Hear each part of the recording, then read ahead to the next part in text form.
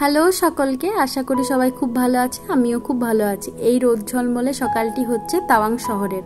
রোদ ঝলমলে হলে কি হবে, যেমন ঠান্ডা আর মাঝে মাঝে এই আকাশের মন খারাপ হলে অঝোর নয়নে ঝরছে। তো যাই হোক, সকাল সকাল ঘুম থেকে উঠে কয়েকটা ক্লিপস নিলাম। এবার ফ্রেশ হয়ে যাব অন্য হোটেলে একটা চা খেতে আর জলখাবার খেতে। কারণ আমি আগেই বলেছি, যেখানে যেখানে থাকবে সেখানে যে সবসময় পাওয়া যাবে তার কোনো মানে নেই, আর পেলেই যে ভালো লাগবে সেটাও নয়। তো অন্য একটা হোটেলে গেলাম, চা খেলাম আর খেলাম হচ্ছে বাঙালির প্রিয় পরোটা, আলুর তরকারি আর আচার।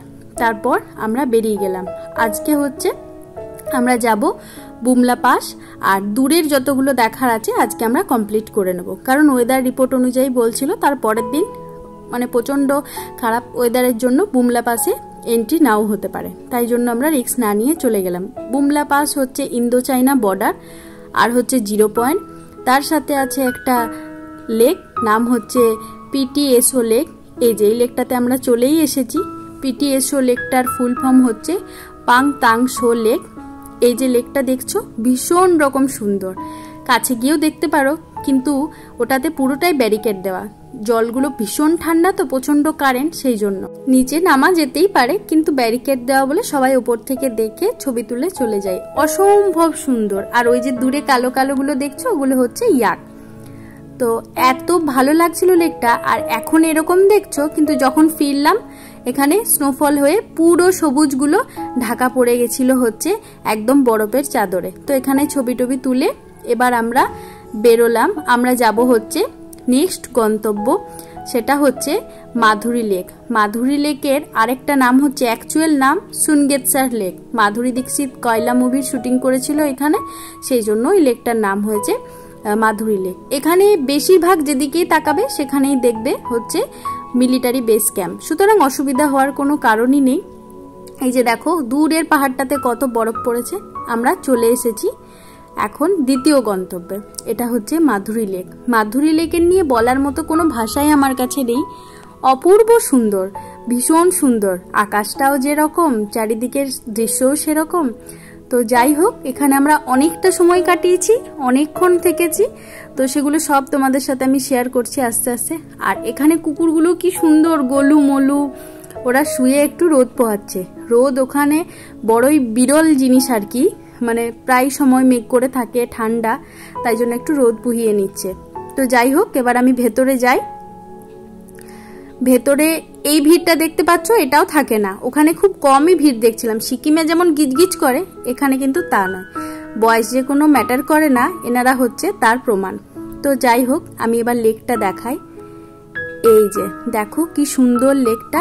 অরুণাচল খুব কস্টলি আর এক্সপেন্সিভ হওয়ার দরুন ভিড়টা মনে হয় কম একটু, আর অনেকটা দূর, ভীষণ দূর। মানে আমাদের আসতেই পুরো একদিন লেগেছে।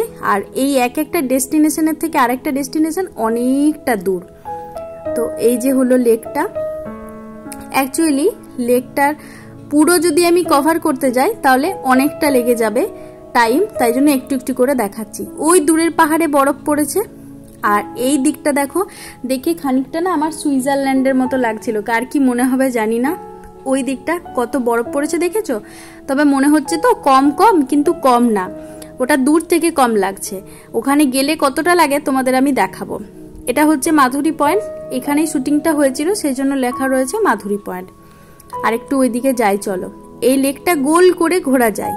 তো পুরো ভিডিওটা যদি নিই তাহলে অনেক বড় হয়ে যেত, তাই জন্য একটু একটু ক্লিপ শেয়ার করেছি। পুরো লেকটা তুমি পায়ে হেঁটে ঘুরতে পারো, ওটা তোমার চয়েস, কিন্তু আমরা ঘুরেছিলাম পুরোটাই, আমরা কোনো কিছুই বাদ দিই না। আর জলটা এত ভীষণ পরিমাণে স্বচ্ছ, মানে যদি একটা কিছু সোনার জিনিসও পড়ে যায় সেটাও তোলা যাবে।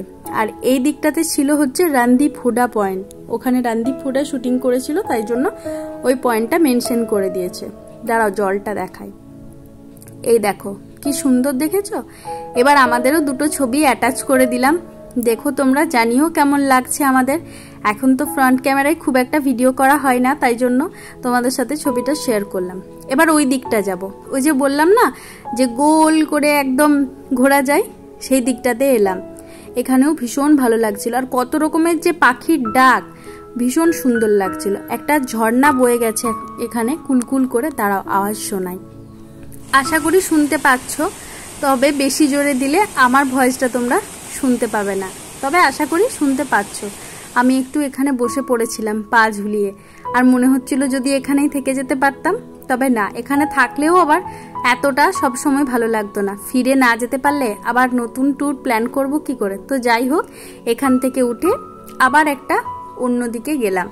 এখানে এই পাটাতনটার মধ্যেই সবাইকে যাওয়া আসা করতে হচ্ছে। যদি একবার স্লিপ কেটে গেছো তাহলে একদম জলে পা পিছলে আলুর দম। তো যাই হোক, সবাই সবাইকে কোঅপারেট করে ওর মধ্যেই যাতায়াত করেছি।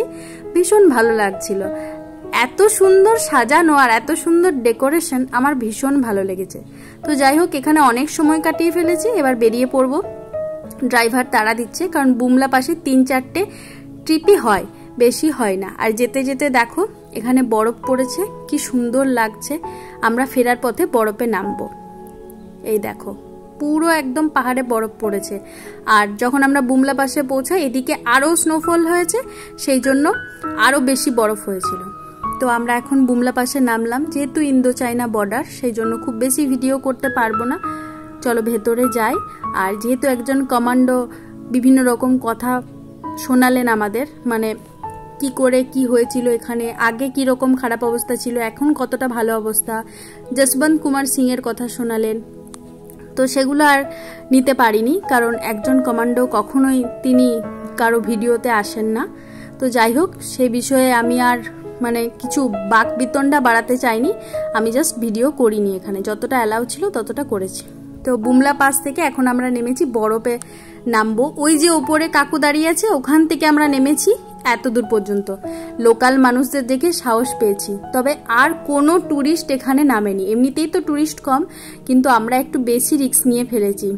কিন্তু আমাদের মনে হয় যে মাঝে মাঝে একটু অ্যাডভেঞ্চারও দরকার, না হলে স্মৃতিতে থাকবে কি, শুধু নর্মাল ব্যাপারগুলোই থাকবে। একটু অ্যাডভেঞ্চার, একটু ভালো লাগা, একটু রিস্ক যদি এগুলো না থাকে, তাহলে স্পেশাল কী জন্য আমি ওই ট্রিপটা মনে রেখেছি সেটা আর মনে থাকবে না। তো 10 মিনিট মতো এখানে কাটিয়েছি, ভীষণ মজা করেছি, ছবি তুলেছি, ওদের সাথেও একটু বরফ নিয়ে খেলেছি। তারপর আমরা আস্তে আস্তে নিচে নেমে গেছি, কারণ নামতে উঠতে মোটামুটি 15 মিনিট লেগেছিল। আর ওই কাকুর সাথে আমরা শেয়ারে গেছিলাম। শেয়ারে যাওয়া যায় না আগেই বলেছি, কিন্তু কাকুর সাথে আমাদের খুব ভালো সম্পর্ক হয়ে গেছিলো, আর বড় গাড়ি ছিল, তাই একসাথেই গেছিলাম। এখন গাড়িতে চেপেছি, ফিরছি হোটেলে। ফ্রেশ হয়ে একটা বাঙালি হোটেলে বাঙালি থালি খেলাম, তারপর একটা লম্বা ঘুম দিলাম। বিকালে উঠে দেখি ওই হোটেলে গিয়ে সিঙ্গারা চা বানিয়েছে, সেটাও একটু গলাধ্যকরণ করা হলো। ঠান্ডায় তাওয়াঙ্গে বসে সিঙ্গারা চা আর এই রসমালাই এত মিষ্টি, মানে ভাবাই যায় না। যাদের দোকান তারা কোচবিহারের বাঙালি, তাই এগুলো সব ছিল। রাত্রে আবার রুটি আর থালি নিয়েছিলাম একটা, এটা হচ্ছে 120 টাকা থালি, সাথে ছিল অমলেট 40 টাকা পিস। তো যাই হোক, ফিরে এসে আমার হোটেলের এই লনটা ভীষণ প্রিয় ছিল, এখানে বসে সবার সাথে গল্প করছিলাম। তো আজকের ব্লগটা এই পর্যন্তই, কেমন লাগলো জানিও। Thank you.